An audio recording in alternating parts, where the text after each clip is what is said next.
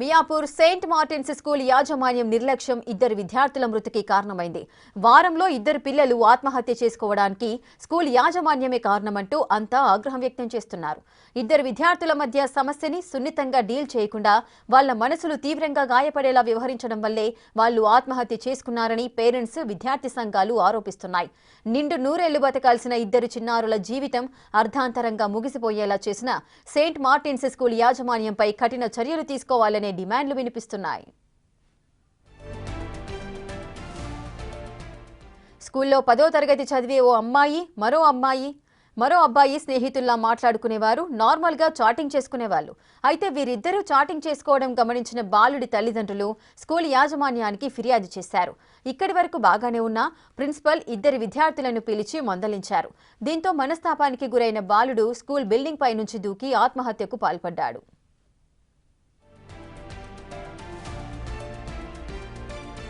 స్నేహితుడు మృతి చెందాడన్న విషాదం నుంచి బాలిక కోలుకోలేకపోయింది. వారం తర్వాత తండ్రి బలవంతం చేస్తే ఎగ్జామ్స్ రాసేందుకు వెళ్లింది.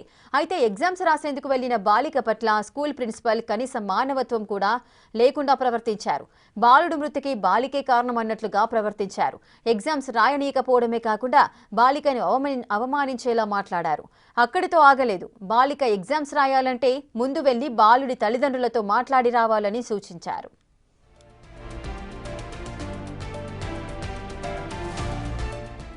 ప్రిన్సిపల్ చెప్పినట్టే బాలిక తండ్రి ఆమెను తీసుకుని బాలుడి తల్లిదండ్రులను పరామర్శించడానికి వెళ్లారు. అయితే కొడుకు చనిపోయి పుట్టడు దుఃఖంలో ఉన్న బాలుడి తల్లిదండ్రులు బాలికను, ఆమె తండ్రిని దుర్భాషలాడారు. బాలుడి తండ్రి అనకూడని మాటలు అనేసరికి బాలిక మరింత మనస్తాపానికి గురైంది. తన కొడుకు ఎలా చనిపోయాడో బాలిక కూడా అలా చనిపోతే గానీ మీకు తమ బాధ తెలియదని బాలుడి తండ్రి దురుసుగా మాట్లాడారు. ఈ మాటలకు బాలిక బాగా కుంగిపోయింది. ఓవైపు స్నేహితుడి మరణంతో కలిగిన బాధ, మరోవైపు అతని మరణానికి తానే కారణమని అంతా నిందించేసరికి బాలిక తట్టుకోలేకపోయింది. ఇంటికి తిరిగి వచ్చిన బాలిక ఇంట్లో వాళ్లు వంట చేస్తుండగా కిచెన్ డోర్ లాక్ చేసి వెంటనే బిల్డింగ్ పైకెక్కి సూసైడ్కు పాల్పడింది.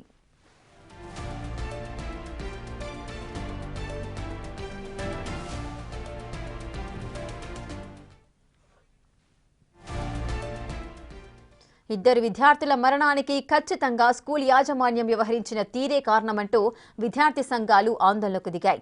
ఇద్దరి కుటుంబాలకు న్యాయం చేయాలని డిమాండ్ చేశాయి. ఇద్దరు విద్యార్థులతో స్కూల్ యాజమాన్యం కాస్త సున్నితంగా మాట్లాడి వాళ్లకు సరిగ్గా కౌన్సిలింగ్ చేసుంటే ఇద్దరూ చనిపోయే వాళ్ళు కాదని అంత ఆవేదన వ్యక్తం చేస్తున్నారు. మొన్న శనివారం రోజు ఇదే స్కూల్లో ఒక అబ్బాయి చనిపోవడం జరిగింది. దాని సీక్వెన్స్గా నిన్న సాటర్డే రోజు నిన్న ఈవినింగ్ 4 o'clock ఒక అమ్మాయి కూడా చనిపోవడం జరిగింది. యాక్చువల్గా ఆ అబ్బాయికి ఏదో చాటింగ్ దొరికిందని చెప్పేసి ఉన్నటువంటి స్కూల్ మేనేజ్మెంట్ ఆ పిల్లల్ని ఇద్దరిని పిలిచి కౌన్సిలింగ్ ఇచ్చే పద్ధతిలో ఇవ్వకుండా వాళ్ళ పేరెంట్స్ని పిలిపించడంతో అదే రోజు సాటర్డే రోజు ఆ విద్యార్థి చనిపోవడం అనేది జరిగింది.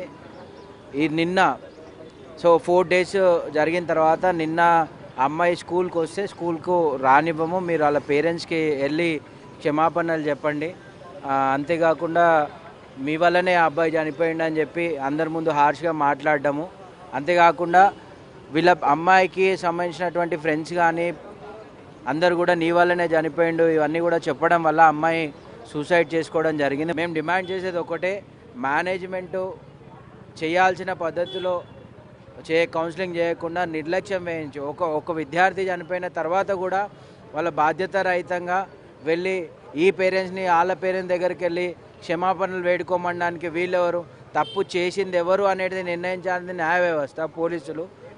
వీళ్ళేమన్నా జడ్జిమెంట్ ఇవ్వడానికి. సో మేము అమ్మాయికి న్యాయం జరగాలి, అబ్బాయి కూడా చనిపోయిండు, ఇద్దరికి కూడా న్యాయం జరగాలి. ఇది పూర్తిగా మేనేజ్మెంట్ నిర్లక్ష్యం వల్లనే జరిగింది. పైన ఇప్పుడు అక్కడ గ్రిల్స్ వేయడం అనేది జరుగుతూ ఉంది. పైన ఉన్నటువంటి బిల్డింగ్కి పైకి ఎక్కాల్సిన టెర్రస్కి ఎక్కాల్సిన గేట్ కూడా లేదు నిన్నటి వరకు. ఇవాళ వాళ్ళు ఫిట్ చేస్తూ ఉన్నారు. సో మేనేజ్మెంట్ నిర్లక్ష్యం వల్లనే 2 ఆత్మహత్యలు జరిగినాయి. కాబట్టి మేనేజ్మెంట్ దీనికి బాధ్యత వహించి తల్లిదండ్రులకు నష్టపరిహారం కట్టించాలి. అదేవిధంగా పోలీసులు ఈ మేనేజ్మెంట్పై కేసు పెట్టాలి.